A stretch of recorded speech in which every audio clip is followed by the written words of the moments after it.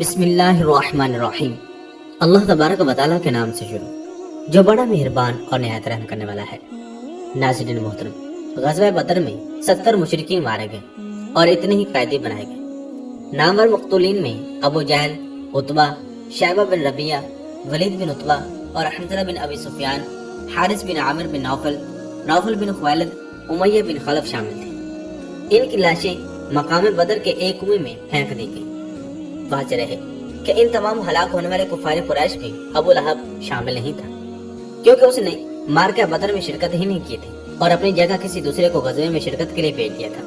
یوں وقتی طور پر یہ ابو جہل، عتبہ وغیرہ کی ہلاکت کا سن کر دل ہی دل میں خوش ہو رہا تھا اور شکر منا رہا تھا کہ اچھا ہوا جو میں جنگ کے لیے نہیں گیا تھا۔ مگر پیارے دوستو، یہ بھی قہر خداوندی سے محفوظ نہ رہ سکا، یا یوں کہنا زیادہ مناسب ہوگا کہ اس کی بھیانک اور خوفناک موت شاید ان سے بھی زیادہ بدتر تھی، جو کہ مارکہ بدر میں شریک ہو کر مجاہدین کی تلواروں سے واصل جہنم ہوئے تھے۔ اس کا اصل نام عبد العزیٰ بن عبد المطلب تھا، جسے اکثر ابو لہب کے نام سے جانا جاتا تھا۔ یہ نبی رحمت صلی اللہ علیہ وسلم کا سوتیلا چچا تھا۔ اس کو ابو لہب کہنے کی ایک وجہ یہ بیان کی گئی ہے کہ اس کے والد نے اسے ابو لہب یعنی کہ شعلے کا باپ کہا تھا، اور اس کی وجہ اس کی خوبصورتی اور دلکشی تھی۔ یہ اس کے سرخ گال تھے، مگر یہ اور اس کی بیوی، ان دونوں کا شمار ان بدبخت ترین لوگوں میں ہوتا ہے جن کی مذمت میں اللہ تبارک و تعالیٰ نے قرآن مجید کی ایک پوری سورۃ اللہب کے نام سے نازل فرمائی ہے۔ چنانچہ اللہ تبارک و تعالیٰ قرآن پاک میں یوں ارشاد فرماتا ہے، ترجمہ: ابو لہب کے دونوں ہاتھ ٹوٹ جائیں اور وہ تباہ ہو جائے، یعنی اس نے ہمارے حبیب پر ہاتھ اٹھانے کی کوشش کی ہے، اسے اس کے مال نے کچھ فائدہ نہ پہنچائے اور نہ ہی اس کی کمائی نے۔ عنقریب وہ شعلوں والی آگ میں جا پڑے گا، اور اس کی خبیث عورت بھی جو کانٹے دار لکڑیوں کا بوجھ سر پر اٹھائے پھرتی ہے، اس کی گردن میں کھجور کی چھال کا وہی رسا ہوگا جس سے کانٹوں کا گٹھا باندھتی ہے۔ سورۃ اللہب۔ ناظرین محترم، قرآن پاک کی اس سورت سے یہ بات تو روز روشن کی طرح عیاں ہو گئی ہے کہ ان دونوں خبیثوں کے لیے دردناک عذاب تیار ہے، جس میں اب بھی یہ گرفتار ہیں اور ہمیشہ گرفتار رہیں گے۔ مگر ناظرین محترم، ہم آج کی اس ویڈیو میں خصوصیت سے ابو لہب کی بھیانک موت کا بیان کریں گے اور اس کی بیوی کا تذکرہ آئندہ کسی ویڈیو میں پیش کیا جائے گا۔ چنانچہ حضرت ابو رافع رضی اللہ عنہ فرماتے ہیں، میں حضرت عباس بن عبد المطلب رضی اللہ عنہ کا غلام تھا۔ جن دنوں غزوہ بدر کے لیے کفار قریش روانہ ہوئے، میں زمزم کے حجرے میں پیالے بنایا کرتا تھا۔ میں بہت کمزور آدمی تھا۔ جب ہمیں معلوم ہوا کہ بدر میں قریش تباہ ہو گئے ہیں اور اللہ تبارک و تعالیٰ نے ان کو ذلیل و خوار کر دیا ہے، تو اس خبر سے ہم نے اپنے آپ میں قوت اور طاقت محسوس کی۔ ان دنوں کا واقعہ ہے کہ میں ایک دن حسب معمول اپنے کام میں مشغول تھا۔ ام الفضل میرے پاس بیٹھی تھی۔ بدر کے واقعہ پر ہم بے حد مسرت تھے کہ اتنے میں بد کردار ابو لہب اپنے پیر گھسیٹتا ہوا آیا اور خیمہ کی رسی پر بیٹھ گیا۔ اس کی پیٹھ میری پیٹھ کی طرف تھی۔ اتنے میں لوگوں کی آوازیں آئیں کہ ابو سفیان بن حارث بن عبد المطلب آ گیا ہے۔ ابو لہب نے اسے اپنے پاس بلایا اور کہا، بھتیجے تم ہمیں بدر کے حالات بتاؤ۔ وہ ابو لہب کے پاس بیٹھ گیا اور لوگ اس کے ارد گرد کھڑے ہو گئے۔ ابو سفیان بن حارث کہنے لگا، وہاں کی کچھ خبر نہیں ہے۔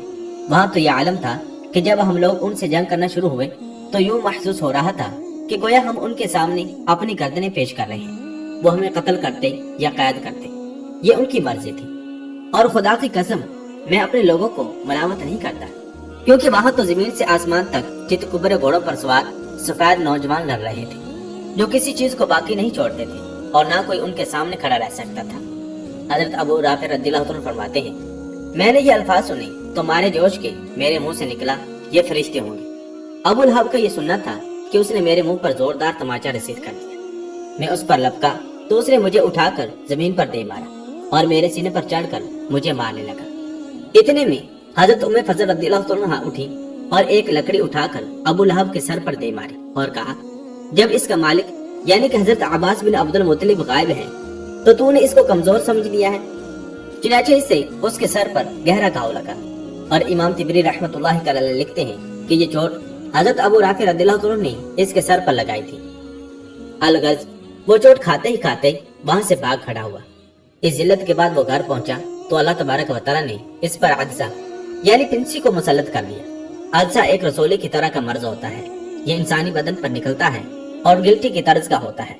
یہ ایک جان لیوا مرض تھا جس سے مریض ایڑیاں رگڑ رگڑ کر تکلیف سے مر جاتا ہے۔ اہل عرب اسے ایک جان لیوا وائرس خیال کرتے تھے اور مریض سے دور رہتے تھے۔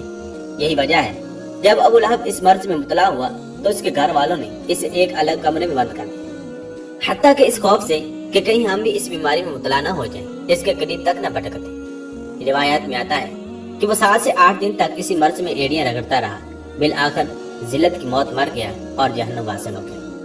مگر مرنے کے بعد بھی کوئی اس کی لاش کے قریب تک نہ جاتا تھا، اور یوں اس کی لاش کو کمرے میں پڑے 3 دن اور 3 راتیں گزر گئی، یہاں تک کہ اس کی لاش گلنے سڑنے لگی، السا کا زخم پھٹ گیا اور اس میں کیڑوں نے اپنا مسکن بنا لیا۔ جب گھر میں تعفن پھیلا اور اس کے اثرات آس پاس کے گھروں تک پہنچے تو پھر کسی قریشی نے ان سے کہا، تم اس بات پر شرم نہیں کرتے کہ تمہارے باپ کی لاش گھر میں گل سڑ رہی ہے اور تم اسے دفن نہیں کرتے؟ اس پر ابو لہب کے گھر والوں نے کہا، ہم اس بات سے ڈرتے ہیں کہ کہیں ہم بھی حادثہ کا شکار نہ ہو جائیں۔ بالآخر ان سب نے مل کر ابو لہب کی لاش کو ٹھکانے لگانے کی ٹھان لی۔ انہوں نے سب سے پہلے لاش پر دور کھڑے کھڑے پانی بہایا، پھر اسے رسیوں اور کپڑوں کی مدد سے بغیر چھوئے مکہ کے ایک بلند مقام پر لے جایا گیا۔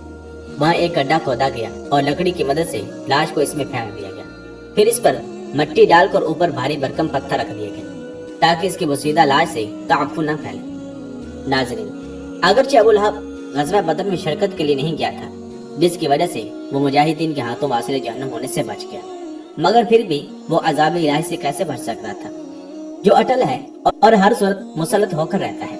ناظرین محترم، اس واقعے سے ہمیں پتہ چلتا ہے کہ جنہوں نے حضور نبی کریم صلی اللہ علیہ وسلم کی توہین کی، اللہ تبارک و تعالی نے ان کو قیامت تک عبرت کا نشان بنا دیا۔ اور آج کے دور میں بھی بعض لوگ حضور اکرم صلی اللہ علیہ وسلم کی توہین کرتے ہیں، صحابہ کرام کی توہین کرتے ہیں اور اولیاء اعظام کی توہین کرتے ہیں۔ ان کو اس واقعے سے عبرت حاصل کرنی چاہیے۔ اللہ تبارک و تعالیٰ سے دعا ہے کہ اللہ تبارک و تعالیٰ ہمیں ان لوگوں میں شامل فرمائے جن پر اس کا انعام ہوگا، اور ہمیں ہدایت کاملہ سے سرفراز بنائے، اور اللہ تبارک و تعالیٰ ہمیں بروز قیامت ان لوگوں کے ساتھ اٹھائے جو انبیاء کرام علیہ السلام، صحابہ کرام اور اولیاء اعظام سے محبت کرتے ہیں، نہ کہ ان لوگوں کے ساتھ جو کہ ان کے خلاف اپنے دلوں میں بغض رکھتے ہیں۔ آمین بجاہ نبی الامین صلی اللہ تعالی علیہ وسلم۔